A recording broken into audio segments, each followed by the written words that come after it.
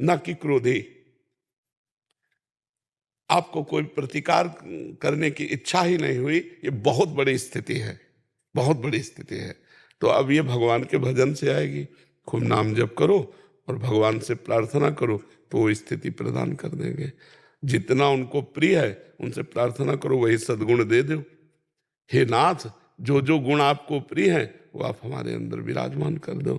भगवान की आराधना करो, भजन करो, उनसे मांगो कि ये सारे सद्गुण हमें प्रकाशित करो हृदय में, जो आपको पसंद है। जैसा आप चाहो वैसा मुझे बना लो, वैसा बना लेंगे।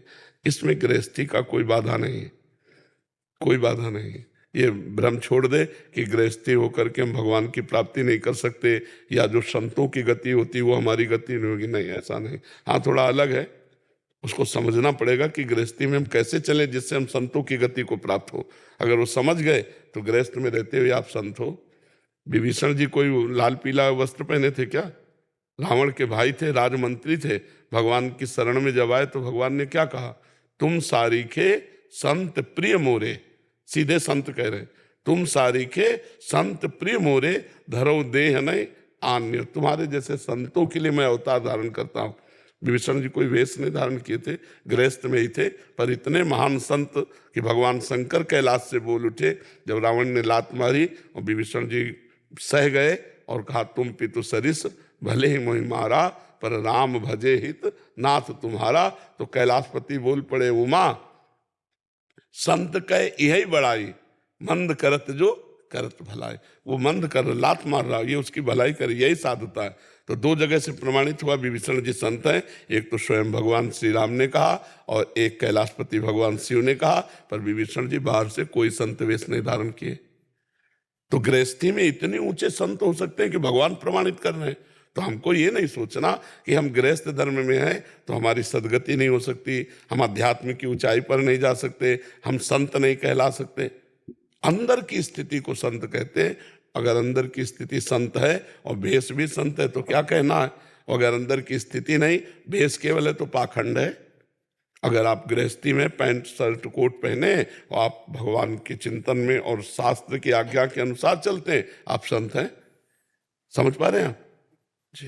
विवेका जी अंबाला से।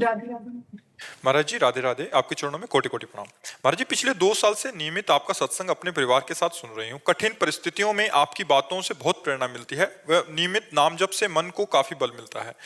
महाराज जी मेरा एक प्रश्न है, हमारे विचारों, भावनाओं और कार्यों मतलब कर्मों के बीच में क्या संबंध है? हम उनके कैसे सामंजस्य बैठा सकते हैं? अर्थात अपनी सोच, भावना और कर्मों में अंतर ना हो जिससे हमारा मन शुद्ध हो सके। सुनो, पहले हमारी बुद्धि शुद्ध होनी चाहिए, क्योंकि विचार और भावना ये बुद्धि से ही होते हैं।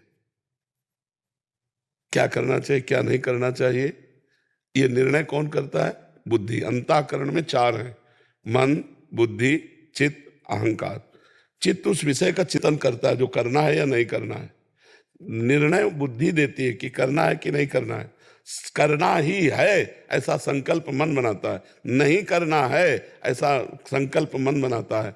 और अहंकार मैं करता हूं, ये 4 हैं करण में। हमको पहले बुद्धि शुद्ध करनी है।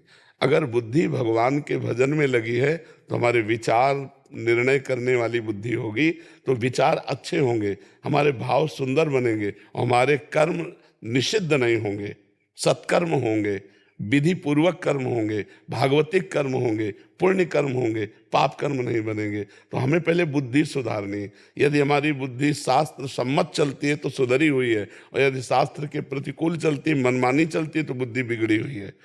जिस बुद्धि को मन ने अपने अधिकार में कर लिया वो बुद्धि बिगड़ी हुई है, और जिस बुद्धि ने मन को अपने अधिकार में कर लिया वो बुद्धि सुधरी हुई है। बात समझ लो, जिस बुद्धि को मन ने अपने अधिकार में ले लिया वो बिगड़ी हुई बुद्धि है, और जिस बुद्धि ने मन को अपने अधिकार में ले लिया वो सुधरी हुई बुद्धि है। किसका प्रश्न है, समझ पा रहे हैं आप? हाँ।